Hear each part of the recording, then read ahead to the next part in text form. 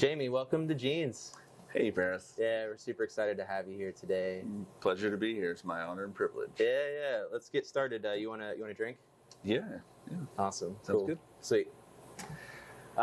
Well, Jamie, we're really excited to have you here, man. We've got some really cool stuff on the horizon for you, and excited to talk about it. Morning, guys. Thanks, Al. Morning, Al. Good morning. Great to see you. It's always good to break your fast the beer. Welcome to the next version of the Jeans podcast. We have an incredible honor today to have Jamie Lester here with us today. And of course, Paris, always welcome here. I Happy to appreciate all serve. you guys do. But thank you, and I know you're going to enjoy it. Thanks, Al. Awesome. Honor's all mine. Cheers. Cheers. Let's get started. I'd love to hear a little bit more of your story. I think when you hopped in today, I was saying, like, I've heard your name and I've seen you around, like, either your work or you as a person or a musician, but I actually haven't had a chance to, like, get to know you at all. So I would love to learn a little bit more about, like, your backstory, where you come from, and Yeah, I've lived here in Morgantown for over 30 years now, which is kind of crazy. I can't believe it. But I grew up in southern West Virginia, Coalfields, Oceana, Wyoming County. Oh, wow, yeah. Wacko. Yeah. So it's like almost as far south as you can get. McDowell County is to the south. Right. Logan County is to the west. Raleigh, Princeton, like Mercer County. Yeah. But my dad was a coal miner, and in that area, that's really all there is to do. So I could not wait to get out of there. You know, my dad didn't want me to be a coal miner. He wanted me to go to college, and I had, between Marshall or WVU to choose from. I chose WVU because it was farther away from my family, from everything that I was trying to escape from. But I came here in '92, and I've been here ever since. I don't even know if I should admit this, but that was the year I was born. You can see with my all the gray in my beard. My mom yesterday saw me, and she was like, "Your beard is so white." I'm like, "Thanks, Mom. Thanks a lot." So parents had aspirations of you being a coal miner, and you ended up an artist. How do they? The opposite. My dad said, "You are not allowed to be a coal miner. Like, I forbid you to enter the mines." And a lot of dads would take their sons into the mines to, give them a taste of what it's like being underground. And my dad would not, because there's a little bit of a lure. There's it's addictive and it's lucrative. It makes your I think it makes your all your adrenaline shoot off, and it can really give you a rush, the fear of being that far underground, and so it can start this kind of endorphin kind of addiction to it. And my dad loved mining. He did. He loved mining, and miners loved the mines. But Dad didn't want me to be in any part of it because he had broken his back several times. And he died of lung cancer at age 60. And I just turned 50 this year. So it's amazing that my dad died only 10 years older than me. Wow.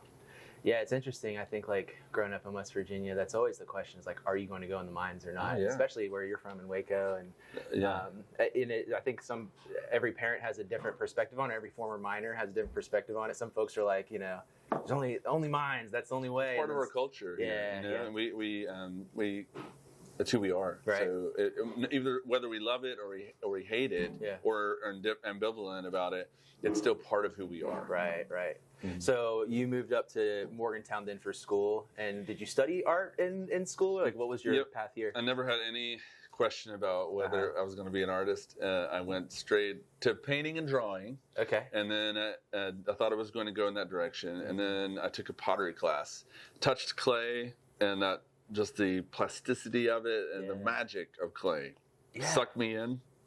And I never looked back. Man. From that point, I took a pottery class so I could make some mugs for my mom, for Christmas or something, and never looked back, and never dreamed that I would really be a bronze sculptor, at the time, but also I didn't want to be a teacher. I was pushed.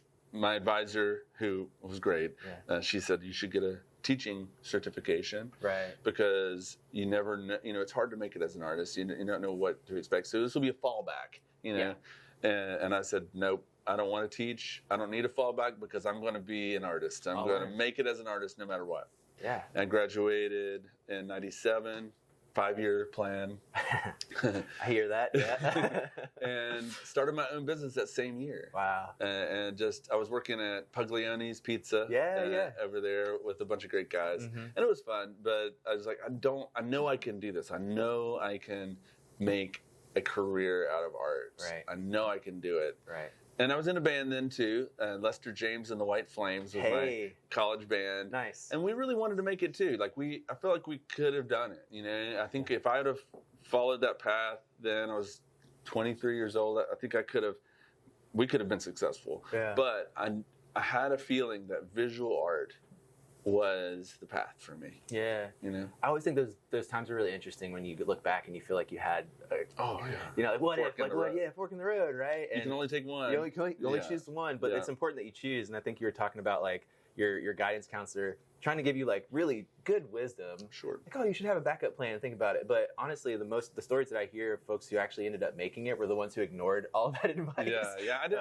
I knew I wouldn't have a safety net. Yeah. But part of not having the safety net gives you that kind of fire that you need to make it. I don't know, maybe not, but I was really lucky. I had a lot of great mentors and great people who gave me chances along the way, and that's really the story of my successes. Having people who were incredibly generous. Yeah. So like you mentioned that you always knew you weren't going to go in the mines. Did you always know you were going to be an artist? I always did. When did you? Like I was 4 years old. Okay, cool. And you know how they ask you in like kindergarten or something, someone's like, "What do you want to be when you grow up?" Right, you know, and I knew.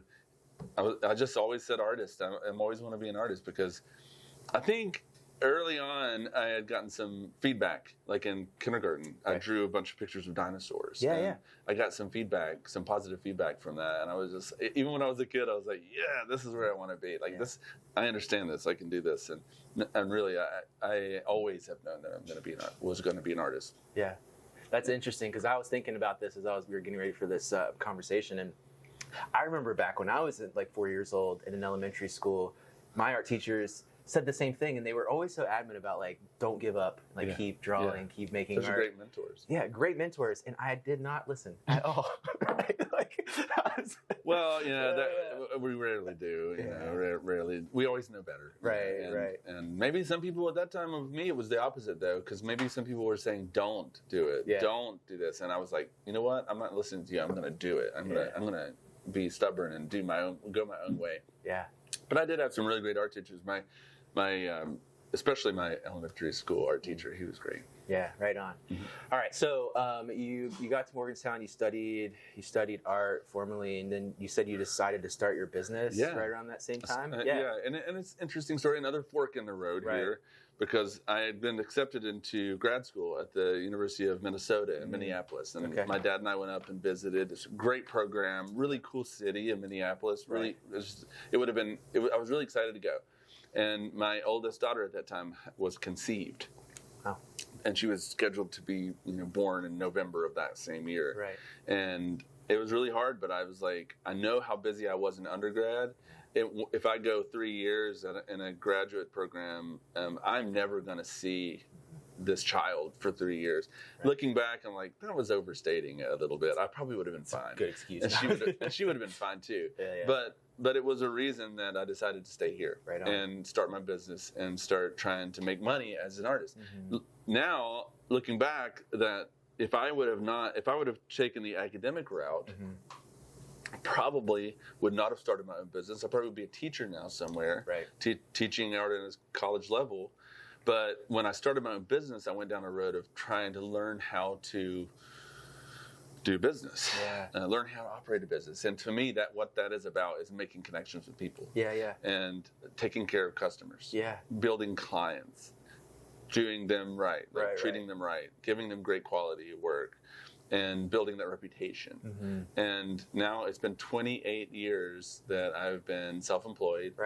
Making a living as an artist. And I've never done anything. I've never had a real job. Totally ruined. To be like an employee or something. I would be a terrible employee. But I've made my own schedule every day for 28 years, and it's been amazing. Man, I have so many questions that I want to ask you about that, because I'm really curious to know, as an artist, it feels like a lot of times the process of making art and the process of running a business kind of like at a deep level, like in conflict with one another. Sure, Right? yeah. Oh, And yeah. so I really want to know for you, like, how do you balance that business side of you as an artist with the like creative side of you as an artist? For me, it does. Those things don't necessarily clash, but what does clash is you have to have a super super thick skin. Okay. Because there's so many when you're doing business. The classic old adage is like the customer's always right, and that still holds true when you're dealing with a client. You can't just look at them and say you're wrong. Yeah. I have had times to say like. At times I've had to look at them and say, please, you're going to have to trust me on this. Because you're actually getting in the way of the process. Here. Right. But most of the time, I just have to listen to what they're saying and then go back to them with some changes and say, thank you for giving me this perspective that I wouldn't have had otherwise because you knew this person, you had this experience. So it's about listening. Yeah. I think mostly the bridging that gap is about listening. Right. Because everyone sees the world through the different lens, and we're making a piece of artwork. Right. Sorry, I touched the mic. Yeah, it's okay. We're making a piece of artwork here that you're creating something from nothing. Yeah. And I think that's the most exciting thing about being creative and making art is you're taking a song or a piece of visual art, and there's nothing exists at all. And when you're done at the end, there's this actual physical thing that you have to walk around to truly capture, or it's a piece of music that exists in real time in a linear time frame that has a beginning and an end, and when it's over, it's just so ephemeral and gone. Man, that's interesting because I definitely I see that, but I think my initial perception is that, especially in visual arts, that it's like I'm in my room, I'm making my art, kind of like not like a selfish or independent endeavor, but the fact that you lead with collaboration is really interesting because like as you were talking, I'm thinking about it, and you're totally right. Like a lot of times, all these masterpieces are like commissioned works, and they're in collaboration with like the stakeholders or the clients and the artist. But to me, like I was sort of under this impression that it was just I want to put what I want out into the world. I think I have a better idea of your question now, but there is a huge dichotomy between my fine artwork and my commercial commissioned artwork. So commissioned artwork is commercial artwork. There's a very specific goal in mind and the client, the customer's needs and requirements and stuff. But when it comes to fine art and music, I think falls into that for me too. That is just pure creativity, and and in order to be successful, that has to be done on your own terms for your own reasons. And you're the client in a way. You're making the work for yourself, and so you're trying to. It's the hardest too. I think that when you have a commission, it's like cut and dry. You have a very specific goal. With your own fine artwork, there's that blank canvas. What do I make? What am I going to make? What does it mean? What am I trying to say? Has it already been said? All the things in your brain that come at you and say like, you're wasting your time. This has already been done a million times, and you don't need to do it. Plus, you're not as good as anyone else. So why are you wasting your time? And everyone else is too. And you have to fight that too. That doesn't happen so much with commissions. With fine art, they're two totally different things. And I think it's totally completely separate from my commission work. Right on. Okay, that definitely helps me understand, and I like the boxes or the places that you put those. Like one is fine art, where it's a self-expression. The other is kind of this commercial piece. And I think a lot of folks know that commercial side of Jamie. Like we've physically seen some of your structures. Can you tell us a little bit more about like the bronze work that you do? And we'll get to the Davy Crockett statue in a little bit. But how did you go from like getting a degree in art, deciding you want to start your business, to like your art is now so many places? How did that happen? It happened through a series of steps that I can clearly define. Okay, cool. It's really cool. But it all happens from just like these opportunities and generosities from others, really. I started off doing sculpture I started my sculpture business through my association at WVU with a dear friend whose husband was the vice president of this company in Kingwood called Shado Bronze. Okay. And they're no longer active. They're Matthews, another company in Pittsburgh, bought them out. But at that time, they were an active foundry that was making plaques, for tombstones, for halls of fame, commemoration hospitals, stuff like that. And they needed portraits in clay that were to be attached in called bas relief, BAS relief. Right. And it means low relief, and it's like a portrait smashed down to an inch high or half Kind an of inch the opposite thick. of a penny or like a coin. No, it is. That is bas relief. Okay, cool. But it's very, very low relief. Whereas the mine were a little bit fuller, but not like a full head. Right. But bas relief is, somewhere in the middle there on that scale. And those will be attached to plaques. I did that part of my career, that's what I did. That my business was focused on that kind of sculpture, and I did that for 15 years. Wow. Until I was 40 something. Yeah. And that's all I did. And that's that kind of work you could do from now until the end of time and still be anonymous, still be completely anonymous. Even if you sign every piece, which I did, no one knows, no one really cares.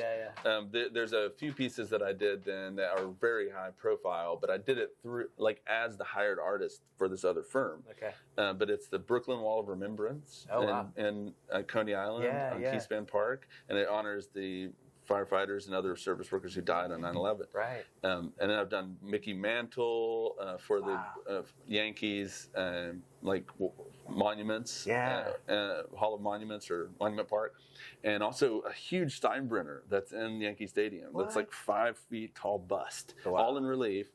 A bunch of different things like halls of fame, like the World Golf Hall of Fame in St. Augustine, Florida. Yeah. Then hundreds of portraits for them.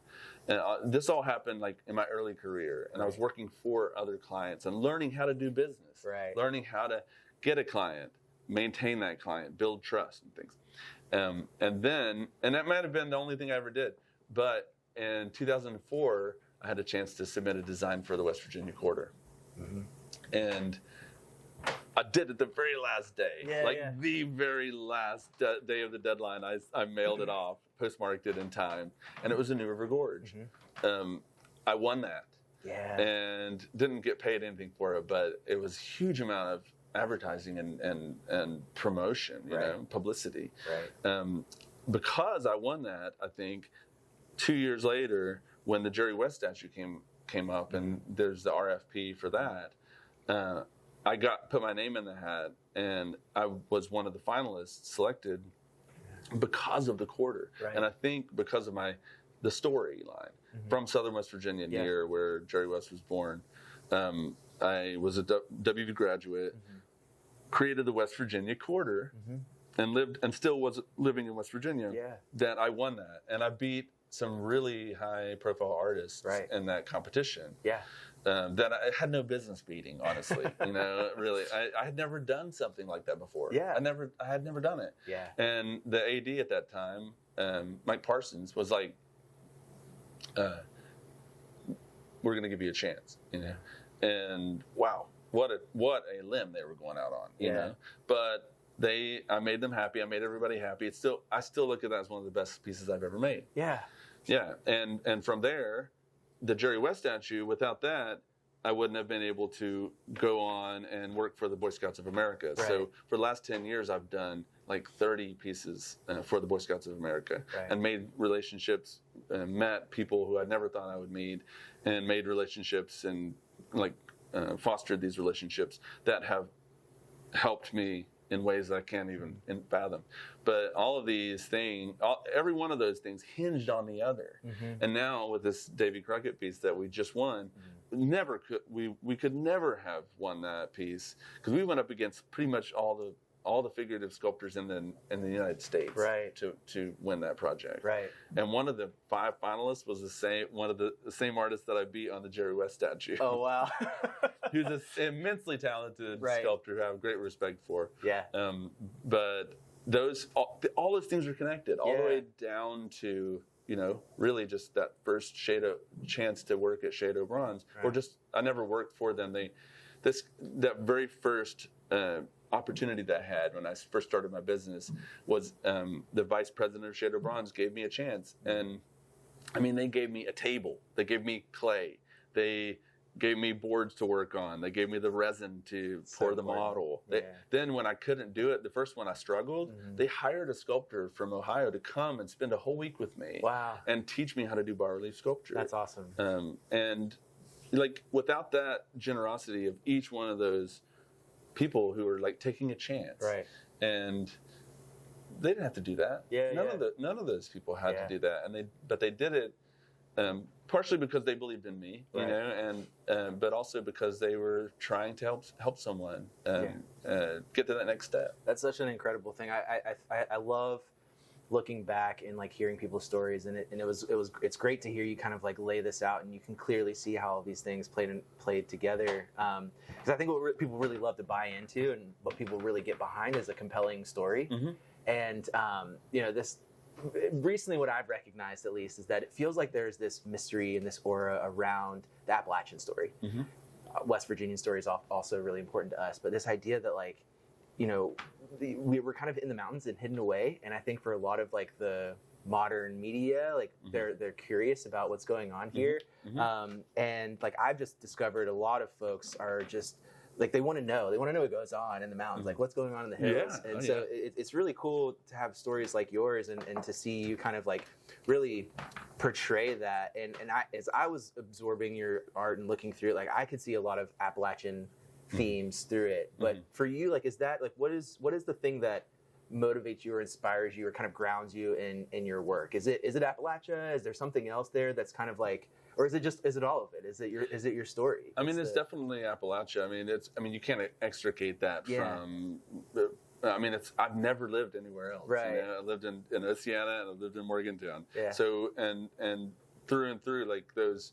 It's funny though, because I really wasn't into like kind of Appalachian music until much later. I was into punk, metal. Right. When my high school and college bands were like metal related, punk, rock, and it wasn't until I met like Chris Haddix when I lived in Woodburn that he gave me I bought a mandolin from him and started to learn how to play old time music, and started to have respect for that. Keith McManus, who was the shop tech when I was in sculpture class, WVU, he was the shop tech. He would come in with a banjo and a fiddle. And gradually, they beat it into my skull to have respect and appreciation for this form of music. Yeah. And now I totally embrace it, even though maybe I'm not an expert at it or anything. Yeah. I'm right there with you too. It was rap and hip hop for me until I heard the fiddle and mandolin. I was like, resonates with you, man. But I resisted it for a long time. Yeah. And in the same way, I've also resisted West Virginia and Appalachia, like especially the coal mining aspect of it, and a lot of my songs and artwork is pretty political. Yeah. And I'm pretty outspoken, liberal, and I've always been a little bit. A lot of my commission clients are very conservative, and so sometimes I have to watch with my personal persona, like my public persona, that I'm, even though I'm expressing myself, I'm still doing it in a respectful way and in a way that makes sense. It's clear. I'm not attacking anyone, but I'm just expressing what I think are inequities and things that are wrong with our system here. And I think there's a lot wrong with West Virginia. Yeah. But I love West Virginia at the same time. I think we live in one of the most beautiful places in the world. Yeah. And over the last 10 years, I've had a chance to travel all over the world. I keep coming back here and just appreciating what an amazing place we live in. Right. I really resonate with that because I've had a similar experience and kind of challenge with the way that things are here. And growing up here especially, I remember I was in school and I led this debate of if you needed to be successful, you had to leave the state. Oh, yeah. And like fast forward 10 years, now I'm on the other side of this, and my job is to recruit people to move to West Virginia. So it's kind of crazy, but I think like what you said about your decision to stay and your decision to still kind of to be a voice, to help be an agent of change is so important, because I think a lot of folks who have the opportunity to decide that, okay, I'm just going to leave. I'm just going to I don't blame them at all. I don't blame them at all. But if the change won't happen unless voices stay and people stay to kind of help see that forward. And I think things are changing, just like anywhere. I mean, like we traveled to Oaxaca a couple of years ago, and they didn't even have any kind of internet service there until like 2 or 3, maybe 5 years ago. Right. And now for the first time they're able to communicate with a world market. Yeah. To sell their products, and we're kind of the same here. I mean, my phone, like cell phone and broadband access here in West Virginia is less than like in China when I travel to China. Yeah. Like we have there's elements of our technology and our like infrastructure here in West Virginia that is like second world. Right. I wouldn't say third world maybe, but it's approaching third world in like counties like in McDowell County where people don't have water, they don't have clean water. Yeah. And you don't have broadband. How's someone going to start a business here in the state? They can't even connect to the internet, and they're not going to bring their children here to go to school. Yeah. So there's so much to do here in the state, but I believe in it. I love it. And I love the people of our state, and like people like us here, creative people we're here for a reason. There's a lot here, and for me, that's the people mostly. It's not like I love the landscape and the beauty of our environment, but the people are what keep me here. It's the magic. Yeah. Well, thanks for the work that you do. I think that it's important to vocalize those things, because I think a lot of people feel the same, and or maybe having those same questions too. And that's inspiring. I lean on creativity. Like everyone, maybe you don't draw, maybe you don't paint or make sculpture or music, but you're creative in some way, and you're creating something that didn't exist before.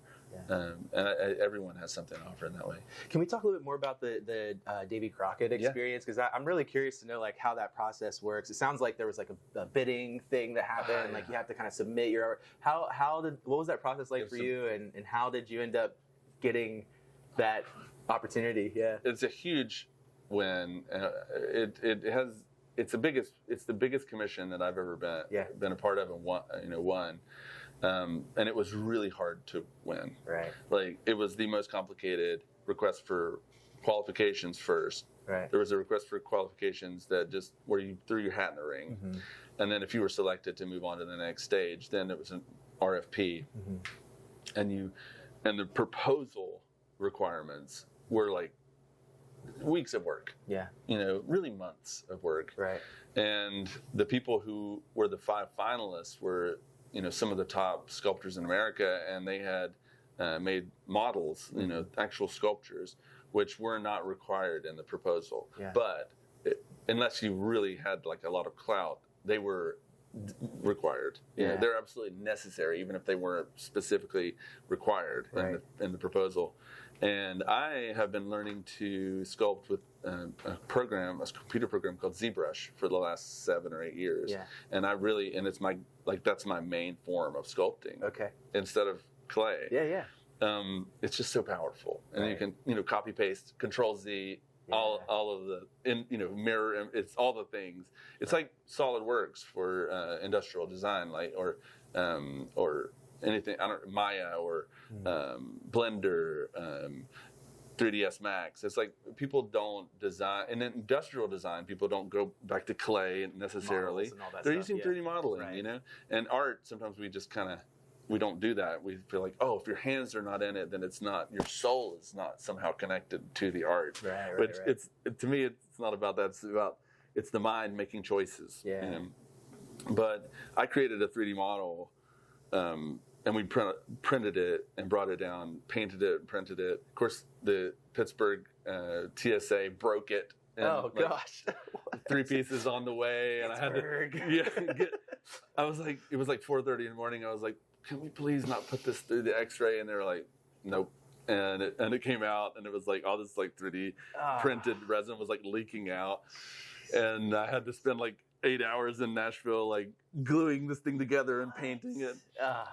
But we were able to bring a really cool 3D model to them that we could leave with them. Yeah. and another print of just the head, like this size. Yeah. And so they could just see, it just changed the game. I think for them, they were like, wow, this is really cool. The sculpture is like incredibly detailed already. And so, and part of it was the performance, you know? Like my wife, Nadia, and I are partners in our business and very active with each other. Design how we're going to do this, and we practiced our presentation, and we walk in there expecting to present to a small committee of like 11 people, and there were like 30 people in this boardroom, these huge double projections of our presentation on the wall, and we both were just like Elvis leg, you know. But by the time we were done, we had them laughing that's good. on the way out. It was just like this. It sounded like it was a party, you know. That's awesome. And we felt really good about it, and found out just a few weeks later that we were a finalist. And then that we won. And actually, we found out in a weird way with a leaked article that was published in the Lexington Star or something like that. Yeah. And it said that we had won. But no one from the commission had told us. It wasn't public. Wow. It really wasn't public. We got an email a few days later. Yeah. That was a mass email to everybody who was a contender for the project. Right. That we had won. Yeah. So everyone found out at the same time that we had won. But that was like back in April, and it's taken till last week for the state of Tennessee to finally sign. Oh man, I wonder who it was that leaked that. That's why. No, I mean they hadn't signed they didn't sign the contract until last week. Well, now they kind of had to. But because they've signed the contract now, I think it's fine to say like we've won it, like in a public way on a podcast. So tell us about the sculpture, about the piece. Where is it displayed? Like, what's the? It's technically the David Crockett statue because we're trying to tell a story about David Crockett that's more realistic and less myth, like folklore. Because he's a folk hero. Right. And of course, most of his life is on that larger than life scale. Yeah. Like there's a lot to for West Virginians, I think, to relate to in this story, because he kind of ran away from home because he didn't want to go to school. Right. He had his own idea of what he wanted, and he wanted to get out there and he didn't want to just sit in class and go to school. So he went. He like 12 years old. He ran away and started working in Baltimore and places like that, and shipyards and stuff. Right. As a little kid, learned how to shoot in these shooting competitions to make some extra money. Mm-hmm. He was a hustler. Yeah. You know, and I think West Virginians are like that kind of. We're hustlers, and we might have like 3 different we have a job, then we have a side hustle, and then a side hustle. Yeah. Our side hustles have side hustles. I just got a beehive, man. I'm starting to be.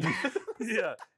We're like doing all these things at once. Yeah. And he was like that, and then he, it's that time of in our nation's history. There's some dark stuff like the Creek Indian Wars that he was a part of, but he also opposed Andrew Jackson really heavily, and he was the only dissenting vote on the Trail of Tears. Wow. And for that no vote, he was ejected from Congress the following year because the people of Tennessee were like, no, we support the Trail of Tears. He did it. He stood up, even though it was against his constituents. Right.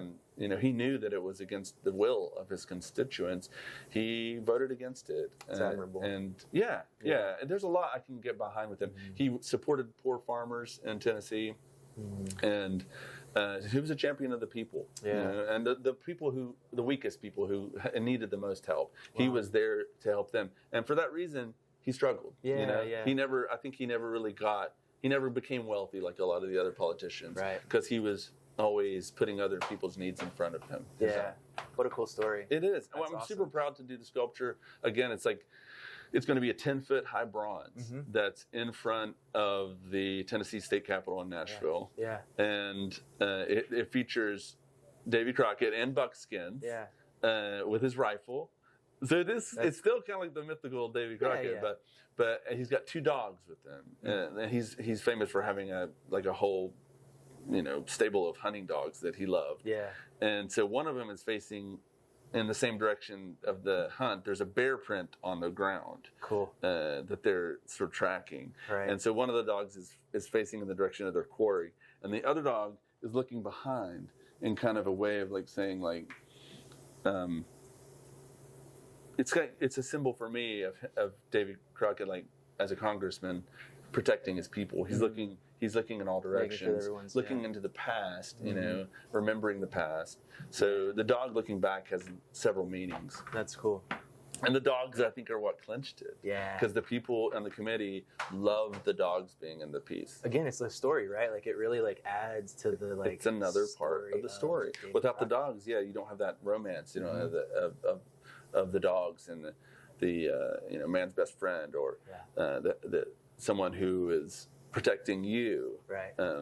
Looking out for dangers in the future and remembering dangers in the past. Yeah, so, We'll make sure to there's their photos or like places where we can see it. We'll put it in the link. I can send you a picture of it. Sweet, awesome.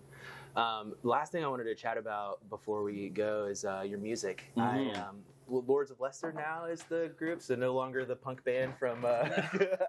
No. My first band was Roadkill. Roadkill. And then we had Uncle Scam. And then, that's good. That's a good band name, man. And then we had I the Low. It was our first college band here. But then we created the Lester James and the White Flames. With my name inverted. Right. And then I didn't have a band for like probably 10, 12 years. Raised kids. You know, I have 3 kids: Hannah, Everett, and Sophia here. That's all live in Morgantown. And didn't do music for a long time. Then when my dad was passing away, I started writing again and wrote a whole album of music just as solo artist. Yeah. And then started Lords of Leicester in 2017. Right. And Lords of Leicester have really not been playing in the last year and a half because I've made a very, again, we have the fork in the road. You know, I've made a very deliberate effort to just focus on fine arts. Yeah. And it pays off. Yeah. You know, it's all, I think creativity especially, but our lives are about focus and what it is that we're visualizing, you know. And I'm a firm believer in whatever we visualize, whether it's good or bad, is going to materialize. Right. We're going to what's the word? Manifest. Yeah. Whatever it is that your focus is on. And I knew I needed to give my visual art more focus. I have over the last year and a half, and incredible things have happened with not only my commission work, but then I had a solo show in Alexandria, Virginia last December, and I sold many of the large scale works from that piece, and my fine artwork went in a totally different, still figurative, but I'm combining ceramics and steel. Oh, cool! And I can show you some of those pictures too. I'm super happy with this work, and and I feel like I'm just really biting off the very start of this huge amount of ideas to work through. That's cool. But so music has taken a little bit of a back seat. But I'm writing as a solo artist, and I recorded an album as a solo artist last year. Cool. And it's taken forever, but I'm about ready to release it. I'm making an LP. Say like burn a CD. Burn a CD, yeah. I'm burning an LP. Yeah. I guess cool. You like carve a wax. Right. But it's the first time I've ever done that. Oh, nice. I've never made an LP before. Oh, cool. A record. Yeah. So it's hard. I mean, it was hard for me to figure it out, how to do it. It's expensive too. But they're about to ship I did 100 records.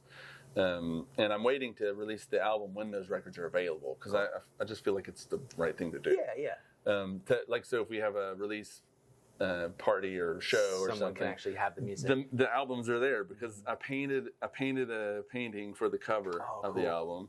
It's called Wanderlost. Yeah.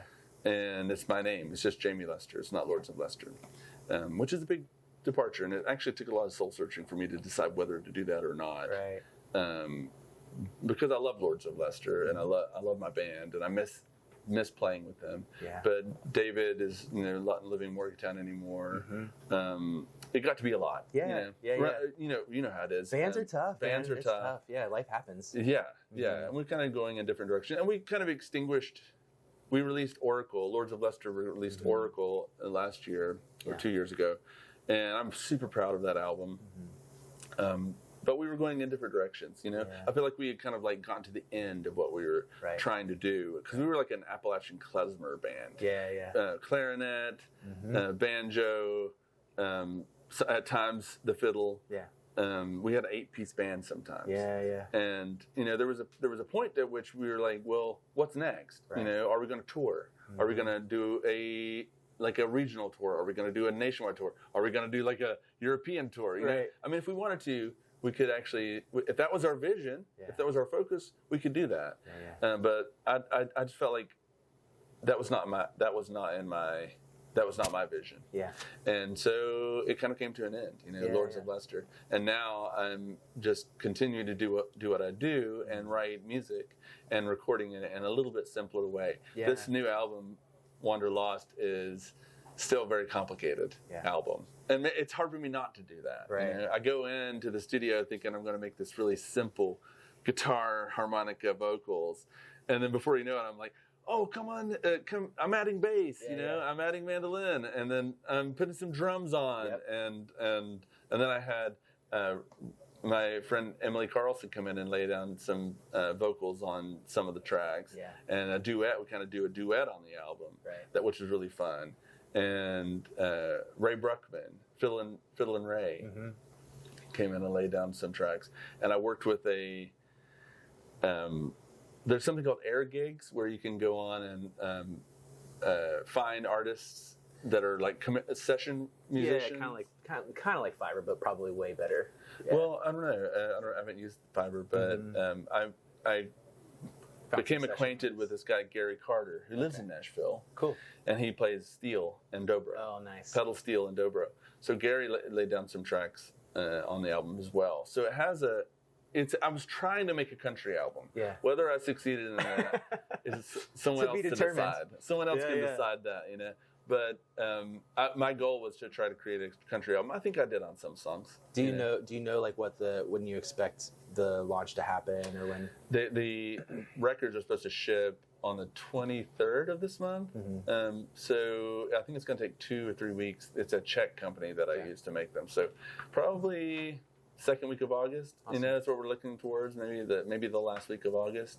That we'll release the album. I have not set a date or a location for it.